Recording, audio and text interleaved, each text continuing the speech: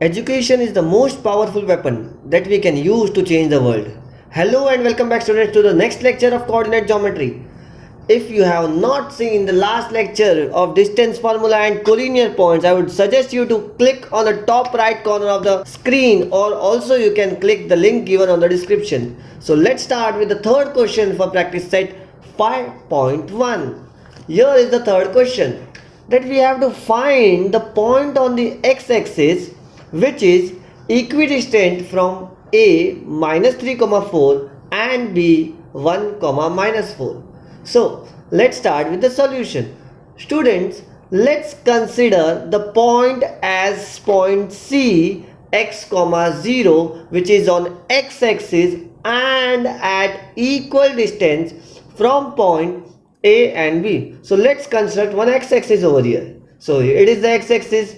There is a point C, that is x comma 0 on the x-axis, and there are two different points, that is point A and point B, A minus 3 comma 4 and B 1 comma minus 4, and what is given over here? It is given that both these points are at equal distance, means the distance between C and A and C and B are equal. So let's give it a same symbol. So here it is. So point A and point B are at equal distance from point C. Let's continue with the sum. Means if we know that these two distances are equal, so can we say that AC is equal to BC? Yes, we can say that. And we are able to find out the distance between AC and distance between BC, as we know the distance formula, which is root of x2 minus x1 the whole square plus y2 minus y1 the whole square. Okay, so over here I have written the distance formula and substituted the value of x2 x1 and y2 y1. So in the case of AC, A will be x1 y1 and C will be x2 y2. In case of BC, B will be x1 y1 and C will be x2 y2. Students, but we have to find the coordinate of point C, and if we have to find the coordinate of point C, we know the y coordinate, we just have to find the value of x. And if we know want to find out the value of x, we just need to eradicate this root term, and to remove this root term we will have to do squaring on both the side. So let's do it in the next step. Squaring on both the side, AC square is equal to BC square, and here let's identify what is x2 y2 and identify what is x1 y1. Point C is considered as x2 y2 and point A as x1 y1. Now let's apply the formula and see what's the value. X is x2 minus 3 over here is x1, 0 is y2 and 4 is y1. So it is x2 minus x1 the whole square plus y2 minus y1 the whole square. On the right hand side also it is same. x2 over here, x is x2 and x1 is 1. x2 is x, x1 is 1, y2 is 0 and y1 is minus 4. So let's continue with the sum. Minus into minus is plus.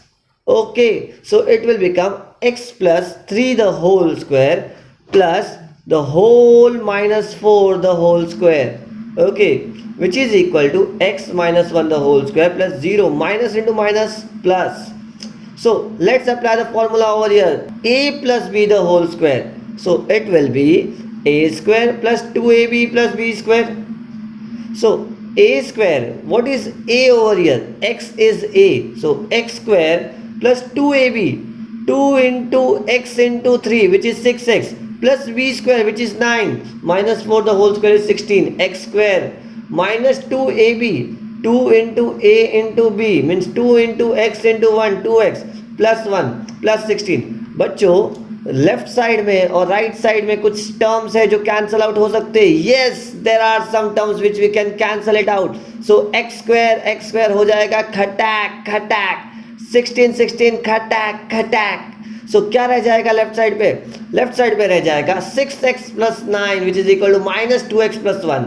So minus 2x, if it goes in the left hand side, it will become plus 2x. So 6x plus 2x, which is equal to 1 minus 9. As when we shift plus 9 onto the right hand side, it will become minus 9. So 6x plus 2x is 8x, which is equal to minus 8. Students, x is equals to minus 8 upon 8, as when the product goes to the right hand side, it will be divide.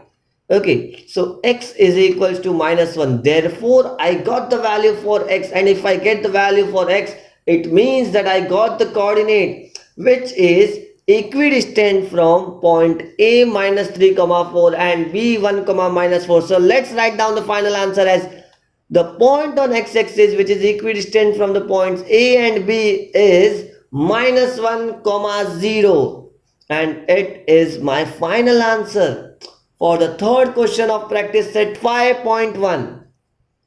Let's come to the next question, that verify that points P minus 2 comma 2, Q 2 comma 2 and R 2 comma 7 are the vertices of a right angle triangle. Students, to prove that these are the vertices of a right angle triangle, first we have to prove that this triangle satisfies Pythagoras theorem. And what is Pythagoras theorem? Pythagoras theorem is hypotenuse square is equals to side 1 square plus side 2 square. So what we have to do, we have to find the distance between point PQ, point QR and point PR, and if the Pythagoras theorem is satisfied for all these three combination of line segments, then we can say the triangle formed with this point P, Q and R is a right angled triangle. So without wasting the time, let's start with the sum. Okay, so let's consider point P minus 2 comma 2 as x1 y1 and Q 2 comma 2 as x2 y2 and apply the distance formula. What is distance formula? Distance formula is root of x2 minus x1 the whole square plus y2 minus y1 the whole square. Let's substitute the value for x2. What's the value for x2? x2 is 2, x1 is minus 2, y2 is 2 again, y1 is again 2. So it will be 2 minus of minus 2 the whole square plus 2 minus 2 the whole square. In the next step, we know that minus minus becomes plus, so 2 plus 2 the whole square plus 0 square. As 0 square is 0, it can be ignored, and in the next step we can write root of 4 square. Square root will get cancelled out over here. The answer will be 4. So we got the distance between point P and Q as 4 units. Let's come to the next step and find the distance between point Q and point R. So let's continue with the sum. Let's find the distance between point Q and R. So we will consider Q as x1 y1 and R as x2 y2. Let's write down the value for x1 y1 x2 and y2 and apply the distance formula next. So QR is given by root of x2 minus x1 the whole square plus y2 minus y1 the whole square, which is the distance formula. Let's substitute the values. So what's the value for x2? x2 is 2, x1 is again 2, y2 is 7 and y1 is 2. So it would be root of 2 minus 2 the whole square plus 7 minus 2 the whole square, which is equal to root of 0 square plus 5 square. As 0 square can again be ignored as the value will be 0 itself, we will write down root of 5 square. Root and square will get cancelled out, and the answer for distance between point Q and R is 5 units. Let's find out the last combination of the segment, that is distance between point P and R, repeating the same steps, considering P as x1 y1 and R as x2 y2. We will write down the values for x1 y1 x2 y2. Okay students, so then we are going to apply the distance formula.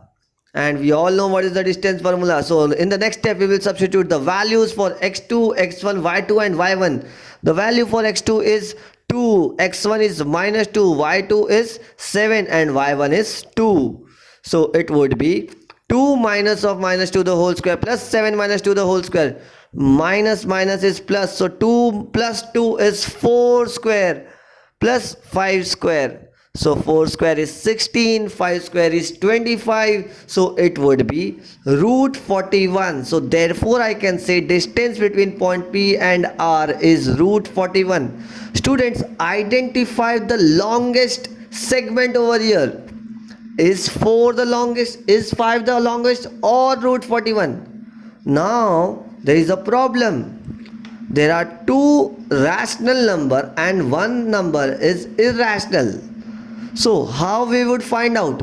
So we can write 4 as root 16, 5 as root 25, but root 16, root 25 both are smaller than root 41. So we can say the highest value, which is the longest segment, is root 41. And let's square this segment, that is squaring on both the side, we will get PR square is 41. So let's identify the two smaller segment which is clearly seen over here. PQ and QR are the two smaller segment. What we are going to do here, sum of the square of these two small segments, that is PQ square plus QR square, which is 4 square plus 5 square, which is 16 plus 25, and PQ square plus QR square is also going to be equal to 16 plus 25 is 41. So from equation 1 and equation 2 we can identify that right hand side is same, and if the right hand side is same, then we can say that left hand side will also be equal. Therefore I can say PR square is equals to PQ square plus QR square, and it is nothing but the Pythagoras theorem. We can say it as hypotenuse square is equal to side 1 square plus side 2 square. As the Pythagoras theorem is satisfied for this triangle, therefore I can say the triangle PQR is a right angle triangle by converse of Pythagoras theorem, and I can also say that the vertex P, vertex Q and vertex R are the vertices of a right angle triangle. That is point P, Q and R are the vertices of a right angle triangle. Students, can you identify which is the hypotenuse over here? Yes, the formula is hypotenuse square. So it would be PR square, as the longest length is the hypotenuse. Okay students, so PQR is the triangle and PR is the hypotenuse, students. So that's all with the fourth question. So we will end up with our lecture over here, but before ending with the lecture I am going to give you some home assignment, and I hope you all will solve it and comment in the comment box, and I will definitely reply to each of the comments personally. Okay students, so this is some home assignments based on problem set 5 for all of you students. I would recommend you please solve it so that you would have a good practice and you would be thorough with all the concepts which I have taught. Okay student, thank you very much. Have a nice day. Please take care of yourself.